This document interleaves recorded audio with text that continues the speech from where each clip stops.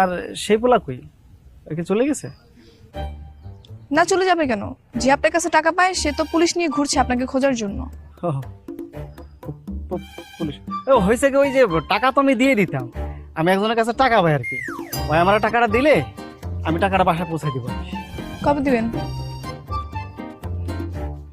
হয়েছে কি, টাকাটা তো তার আগামীকালকে দেওয়ার কথা, কিন্তু আমার বাসা থেকে ওই পাওনাদারের বাসা অনেক দূর, আমি যে যে টাকাটা নিয়ে আসবো এই ভাড়ার টাকাটা আমার কাছে নেই। আচ্ছা, যদি আপনাকে আমি ভাড়ার টাকা দিই তাহলে আপনি ওই টাকা এনে দিবেন তো আমাকে? হ্যাঁ হ্যাঁ, দিয়ে দেবো। लो जी गाइस, अब करें चैलेंज पूरा भाई, रोक के दिखाएं आपको। मैंने वीडियो पोस्ट कर दी है, टॉप 10 को मिलेंगे गिफ्ट जमजम से और परसों 9।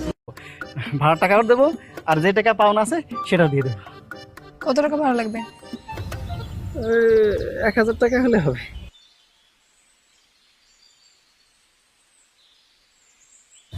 এই নেন টাকা, এনে তাড়াতাড়ি ফেরত দিবেন আমাকে।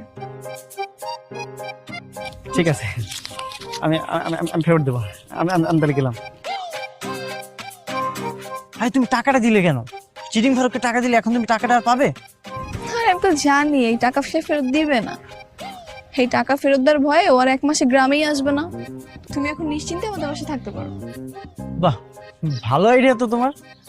যাক, এখন নিশ্চিন্ত হলাম। চলো বাড়িতে যাই।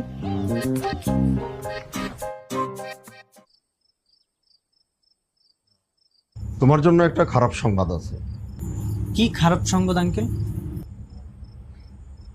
ফারুক এলাকা ছেড়ে পালিয়েছে। আমার মনে হয় না তুমি এই গ্রামে থাকলে ফারুক আর ফিরে আসবে। তাহলে এখন কি করা যায়? তুমি বরং এক কাজ করো, তুমি তোমার বাবার সঙ্গে কথা বলে শহরে ফিরে যাও।